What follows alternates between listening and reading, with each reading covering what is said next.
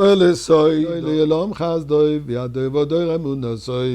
disons ce chapitre aujourd'hui qui est le 100e chapitre, psaume, qui est le psaume de remerciement. Puisque nous remercions Akadosh Baruch Hu pour tous les miracles que nous vivons ces jours-ci. Et on les voit régulièrement, tous les jours des miracles. Alors, Mizmor le Toda, cantique de remerciement. Et on conclut, Ki tov Hashem le olam chasdo, parce que Dieu il est bon, et sa bonté est éternelle. Vador, vador emunato, sa foi est pour toutes les générations. Alors, Ribbon Shel Olam, en un mot, merci. Et avec cela, nous donnons de la tzedaka, et faisons-le ensemble. Et une pensée.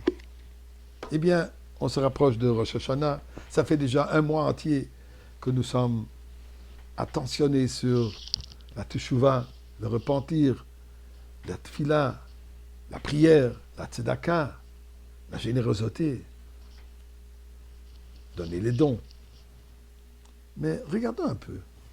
Est-ce que c'est exactement ça ce que ça veut dire, teshuva, tfila et tzedaka, comme on traduit le repentir, la prière et les dons, la générosité, la charité?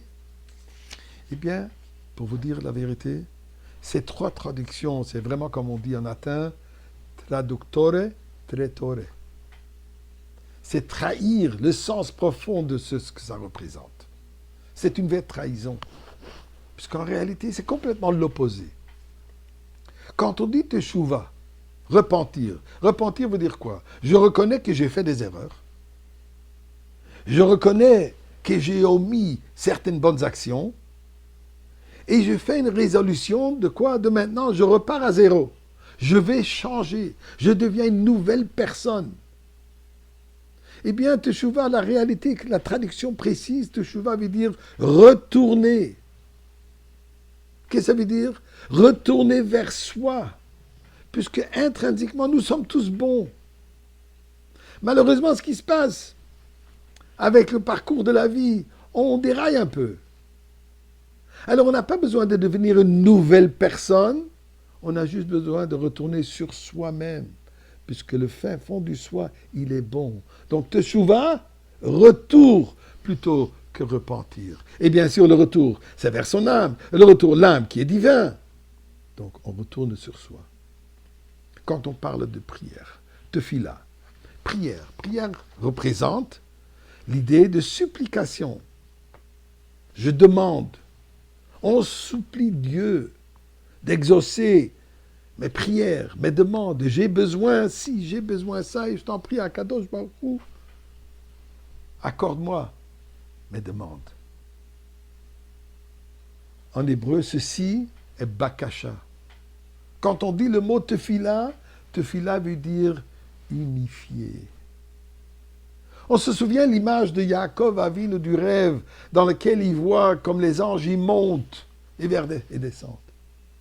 Cette ascension sur cette échelle représente cette unification avec Dieu. Prière, ce n'est pas une liste de demandes. J'ai besoin, liste d'achat, j'ai besoin de ça et ça et ça et ça. Non, le moment de prière, c'est un moment d'ascension vers Akadosh Baruch Hu, de s'unifier avec lui. C'est un sens beaucoup plus profond. Et ceci s'applique même quand je n'ai pas de besoin quelconque, j'ai toujours besoin de m'unifier avec lui. Donc, c'est ça le sens profond de la tefila.